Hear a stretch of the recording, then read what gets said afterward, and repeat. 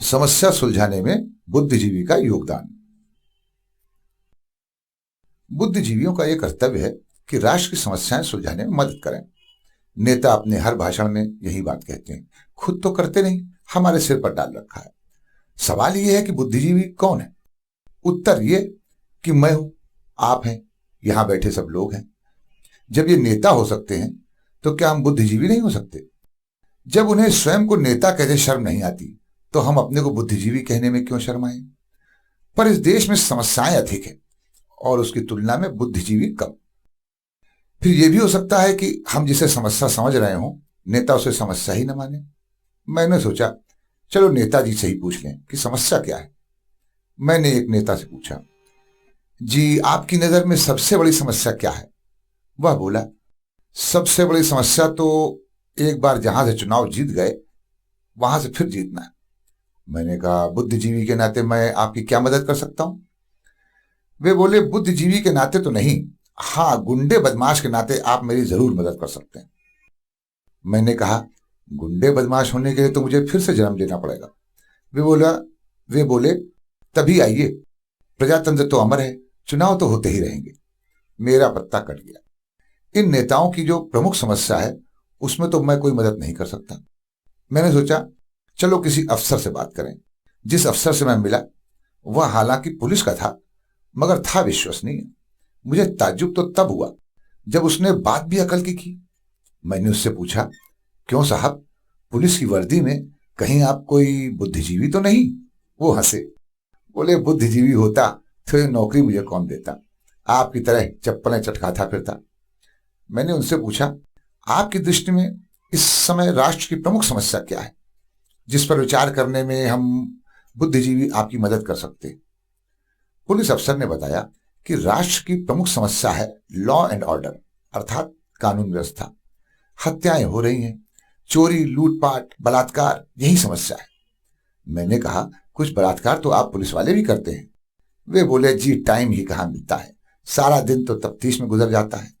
इंसान के पास वक्त हो तो बलात्कार भी करे। क्राइम बहुत बढ़ गए हैं।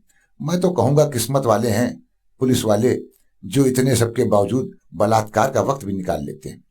1 मिनट की तो फुर्सत है नहीं, आप बलात्कार की बात कर रहे हैं। इसमें शक नहीं है कि इस देश में अपराध बहुत बढ़ गए हैं। अपराध करने वालों को समझ में नहीं आ रहा है कि क्या करें। मतलब ये कि हत्या करें या बैंक लूटें, अपहरण करें या दुकान में घुसकर नकद कैश ले लें। यदि पुलिस के पास फुर्सत नहीं है तो उनके पास भी फुर्सत नहीं है। आप जीवित हैं, उसका एक कारण यह भी है कि अभी तक हमारी हत्या नहीं हुई। हत्या इसलिए नहीं हुई कि हत्या करने वालों को दूसरों को मारने से फुर्सत नहीं मिली। हमारे सौभाग्य है कि हम वे दूसरे नहीं थे, अन्यथा आज मरने में देर क्या लगती है और मारने में किसी का जाता क्या है। मैंने पुलिस ऑफिसर महोदय से पूछा, आपकी रुचि किसमें है? आप हत्याएं रोकना चाहते हैं या हत्यारों को पकड़ना चाहते हैं? वे बोले, हत्याएं जिन कारणों से होती हैं उसका तो हमारे विभाग से कोई संबंध नहीं है। आर्थिक कारणों से होती हैं तो यह वित्त विभाग का मामला है। मनोवैज्ञानिक कारणों से होती हैं तो आप जानते हैं कि मनोविज्ञान शिक्षा का विषय है। राजनीतिक कारणों से होती हैं तो आप जानते हैं कि हम पुलिस वाले राजनीतिक मामलों में नहीं पड़ते। हमारा काम है हत्या हो जाने के बाद हत्यारे को पकड़ना। इसमें बताइए, बुद्धिजीवी के नाते आप हमारी क्या मदद कर सकते? मैंने कहा, इसमें तो हत्यारा जिसने खुद हत्या की हो वो आपकी मदद नहीं कर सकता, तो मैं क्या कर सकता हूं? पर बुद्धिजीवी के नाते राष्ट्र की समस्या पर विचार करना मेरा फर्ज था, इसलिए मैंने सोचना आरंभ किया। आप जानते हैं इस क्षेत्र में मेरा अनुभव जरा भी नहीं है। न मेरी हत्या हुई है और न मैंने हत्या की है। हत्यारे को खोजने का तो सवाल ही नहीं उठता। जो आत्मनिरीक्षण नहीं कर पाते वे दूसरों को क्या खोजेंगे? दिशाएं 8 हैं, हत्यारा किसी भी दिशा में भाग सकता है। यदि हर दिशा में हत्यारे को पकड़ने के लिए 2-2 पुलिस वाले दौड़ाए जाएं तो एक हत्या के पीछे 16 पुलिस वाले चाहिए। फिर वे दौड़ते हुए अपने घर न चले जाएं, इसके लिए भी तो कुछ चाहिए। इसी भाग दौड़ से बचने के लिए पुलिस अक्सर हत्या को आत्महत्या कहकर टाल देती है। हमारे देश में बड़े आदमी की हत्या होती है, गरीब को आत्महत्या ही करनी पड़ती है। उसे मारने को कोई भी खाली नहीं। उसका शोषण किया जाता है, मारा नहीं जाता।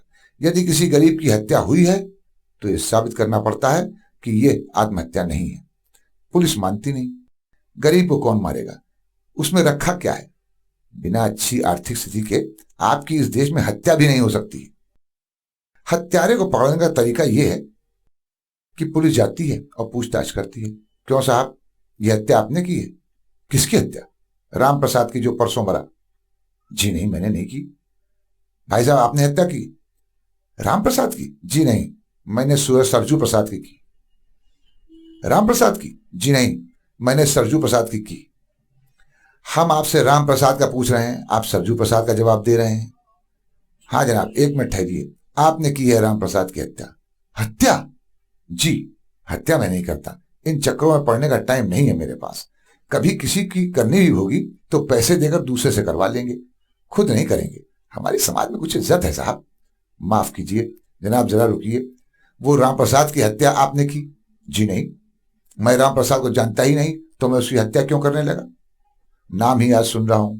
जान पहचान वाला हो तो हत्या भी करें, जिससे परिचय नहीं उसकी हत्या हम क्यों करने लगे? श्रीमान, क्या आप बताने कष्ट करेंगे कि राम प्रसाद की हत्या? जी मैंने की है राम प्रसाद की हत्या। आप बीच में मत बोलिए, मैं इनसे पूछ रहा हूं। हाँ श्रीमान, आपने की राम प्रसाद की हत्या? जी नहीं, मैं तो परदेसी हूं, बाहर से मर्डर करके आया हूं इस शहर में। जी मैंने अभी तक कोई मर्डर नहीं। अच्छा, कहने का तात्पर्य यह है कि एक एक से पूछने में काफी समय लग जाता है। इसलिए पुलिस तो यह करती है कि किसी एक को पकड़ लेती है कि तूने की है राम प्रसाद की हत्या। वह कहे भी जी मैंने नहीं की, तो कहा तूने ही की है। अब यह साबित करना उनका काम है कि उसने हत्या नहीं की। जैसे मर्डर स्कूल के पास हुआ तो एक मास्टर को पकड़ लिया, जी आपने की है हत्या? क्या बात करते, स्कूल के पास हुई है, आप नहीं करेंगे तो कौन करेगा? और इनकार करने वाले से कबूल करवाना तो पुलिस के बाएं हाथ का खेल है। थाने में पीट पीट कर अधमरा पड़ा अपराधी सोचता है मेरी हत्या हो रही है, इससे तो अच्छा है कि मैं दूसरे करूं। वह पुलिस से हाथ जोड़कर कहता है, जी राम प्रसाद कौन है मैं नहीं जानता, उसकी कब और किस वजह से कैसे हत्या हो गई ये भी मुझे नहीं पता, मगर की मैंने है, इसमें शक नहीं। एक बार हत्या कबूल हो जाए तो बाकी जानकारी तो पुलिस दे देती है। बुद्धिजीवी के नाते मैंने ये किया कि एक ताजी हत्या का विस्तार से अध्ययन किया। हत्यारे का मनोविज्ञान, जिसकी हत्या हुई थी, उसकी आर्थिक स्थिति, उसका इतिहास, घर का भूगोल आदि सभी पक्षों पर रिसर्च कर मैंने अपनी खोज पुलिस ऑफिसर महोदय के सम्मुख प्रस्तुत की। उन्होंने ध्यान से सुनी, फिर काफी देर चुप रहे और गहराई से सोचते रहे।